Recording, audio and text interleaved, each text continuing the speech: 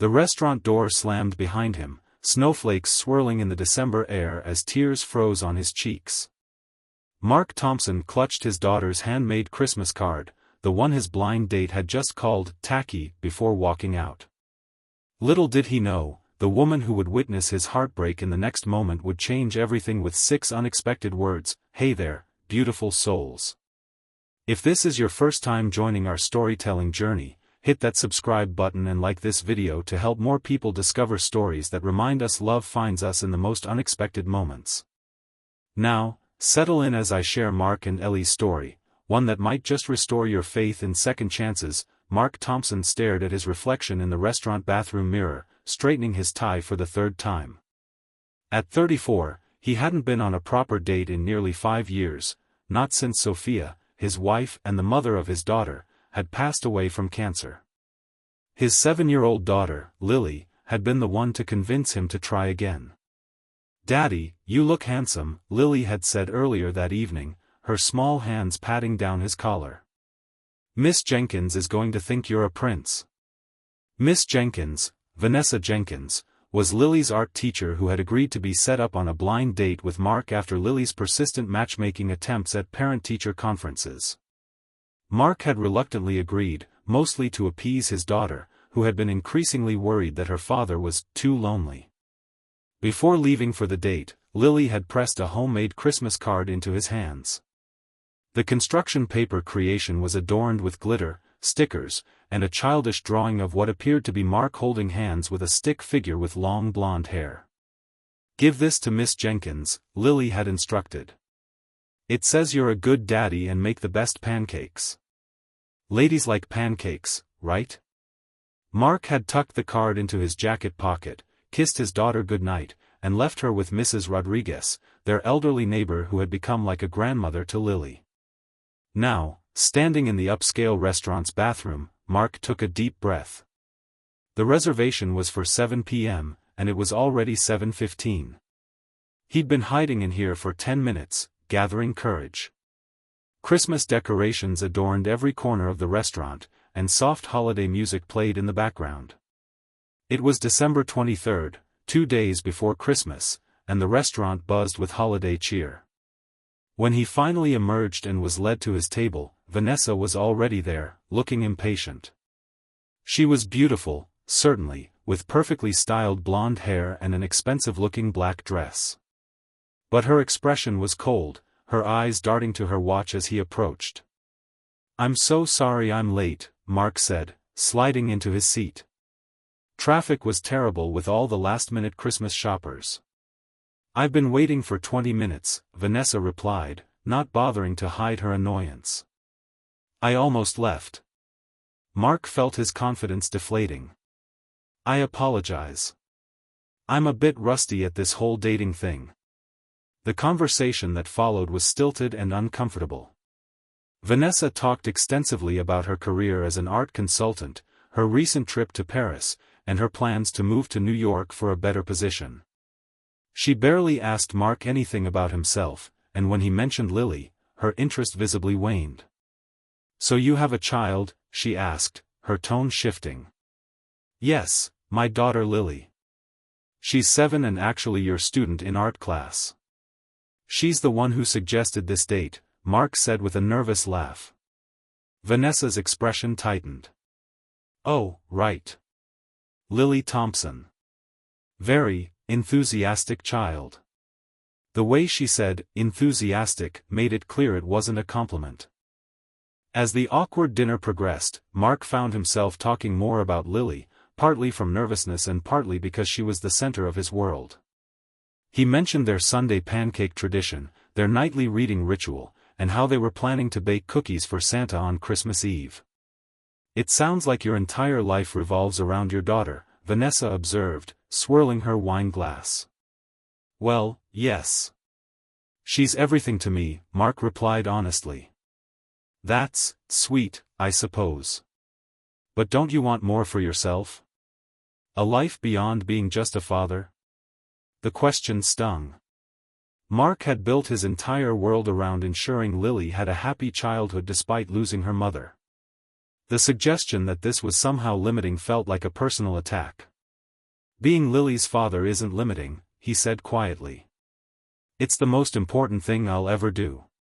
Vanessa sighed, clearly losing interest in the date. Look, Mark, you seem nice, but I don't think this is going to work. I'm not really looking to be an instant mother to someone else's child. I have career ambitions and travel plans. A child doesn't fit into that equation. Mark nodded, feeling a mixture of disappointment and relief. I understand. Lily and I are a package deal. Exactly, Vanessa said, reaching for her purse. I think we should just end this now before dessert. No point in wasting more time. Mark felt his face flush with embarrassment. At least let me pay for dinner. Fine, Vanessa said, standing up. Oh, and one more thing, Lily mentioned you'd have something to give me? Mark had almost forgotten. He reached into his pocket and pulled out Lily's homemade card. My daughter made this for you. For Christmas. Vanessa took the card, opening it with manicured fingers. Her expression shifted from polite disinterest to barely concealed disdain as glitter sprinkled onto her black dress. This is tacky, she said, brushing glitter from her lap. And to be honest, a bit inappropriate. I'm your daughter's teacher, not your girlfriend. This whole setup was unprofessional from the start. She placed the card on the table and stood up. I'll see myself out. Merry Christmas, Mark. And with that, she was gone, leaving Mark sitting alone at the table, staring at his daughter's rejected card. The restaurant suddenly felt too warm, too crowded, too festive. He couldn't bear to sit there any longer, surrounded by happy couples and families celebrating the holiday season. He paid the bill quickly and grabbed Lily's card, heading for the exit. As he pushed through the door into the cold December night, he felt tears stinging his eyes. Not because he cared that much about Vanessa's rejection, but because of the casual cruelty with which she had dismissed Lily's heartfelt creation. The snow was falling heavily now, coating the sidewalk in a fresh blanket of white. Mark stood under the restaurant's awning, trying to compose himself before heading to his car. That's when he heard a soft voice behind him. Excuse me, are you okay? Mark turned to find a woman standing there, snowflakes catching in her dark curly hair. She wore a red coat and carried a small gift bag. Her expression was one of genuine concern. I'm fine, Mark said automatically, wiping at his eyes. Just got something in my eye. The woman gave him a gentle smile that suggested she didn't believe him for a second. I don't mean to intrude, but no one stands outside a restaurant in a snowstorm looking at a glittery Christmas card unless something's wrong. Mark looked down, realizing he was still clutching Lily's card. It's nothing. Bad date. Happens to everyone, right? Mind if I wait here with you until my Uber arrives?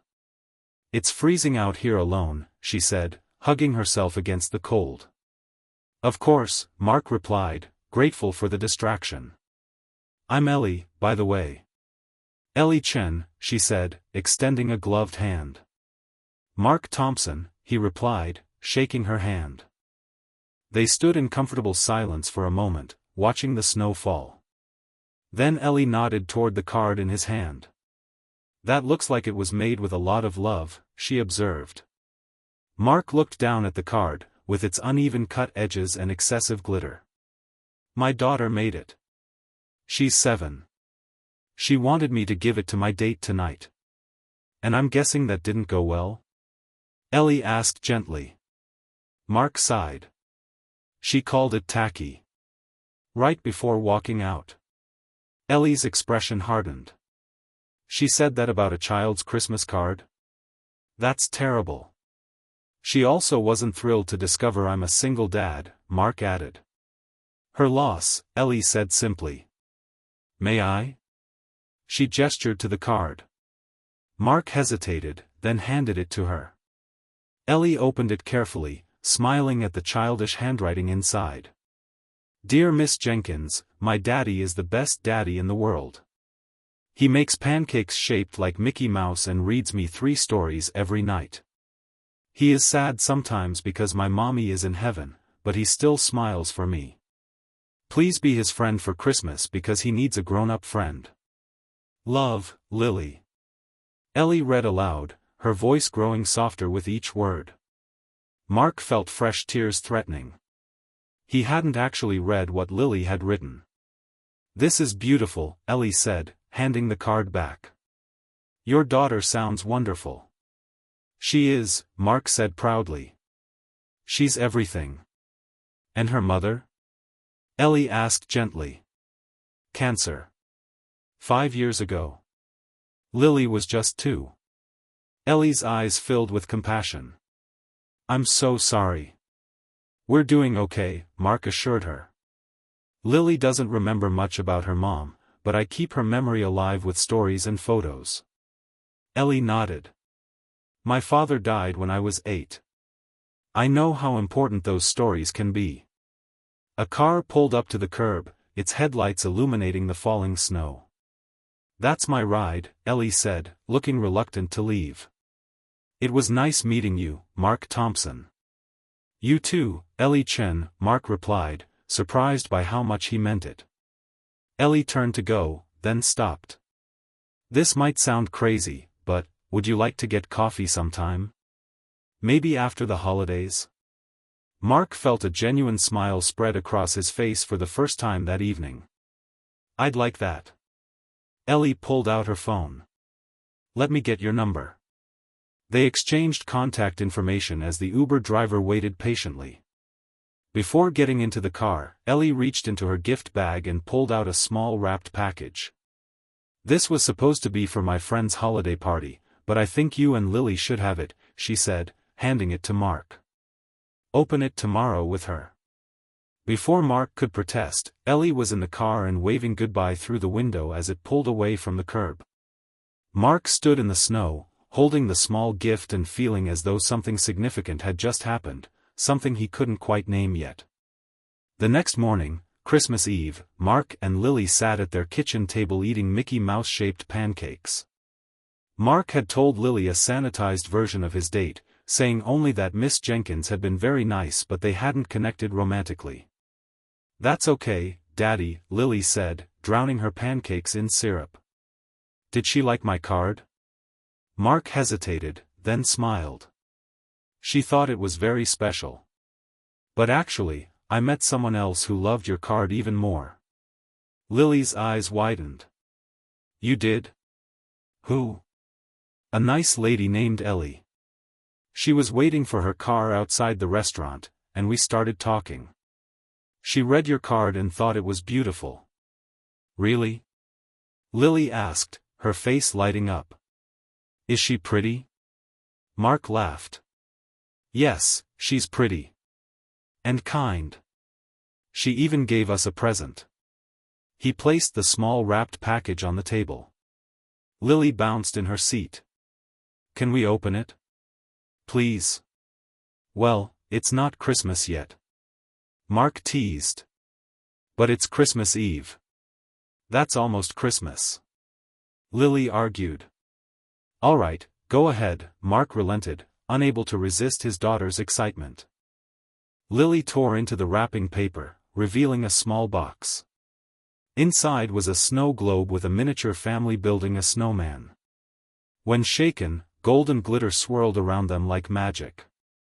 It's beautiful. Lily gasped, shaking it again and again. There was a note tucked into the box. Mark unfolded it and read. To Mark and Lily, some people don't appreciate glitter and homemade cards, but I think they're the most precious things in the world. Merry Christmas. Ellie. She had included her address at the bottom of the note. Can we thank her, Daddy? Can we go thank her for the snow globe?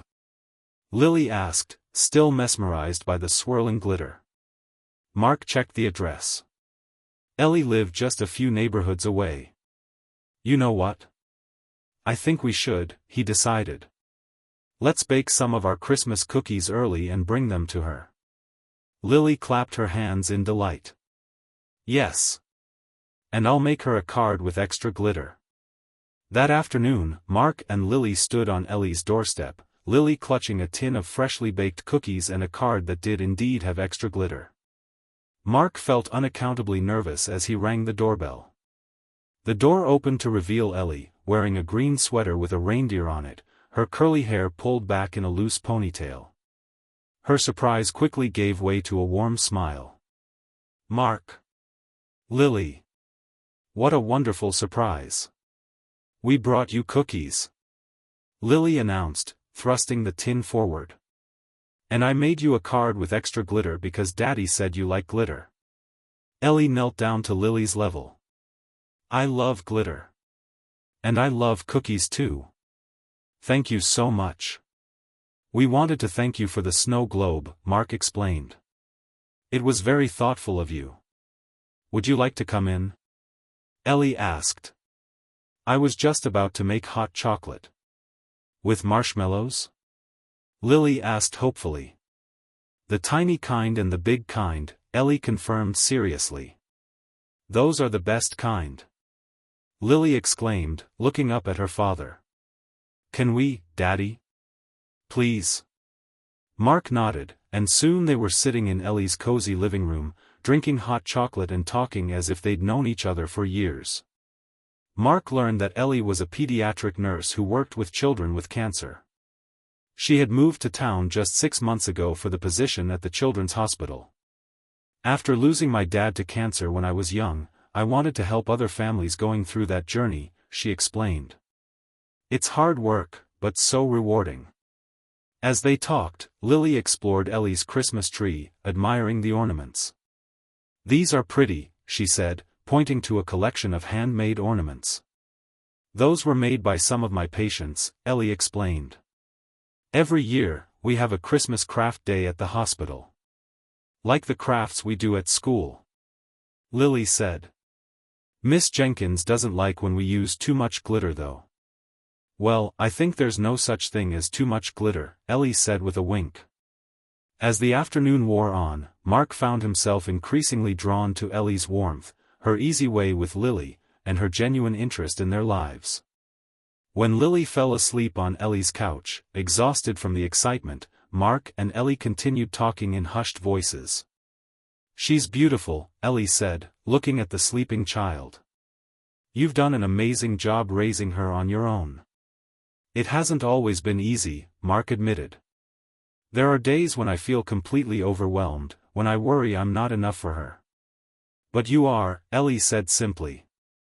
"That card she made says it all. You're her hero." Mark felt a lump in his throat. "Thank you for saying that.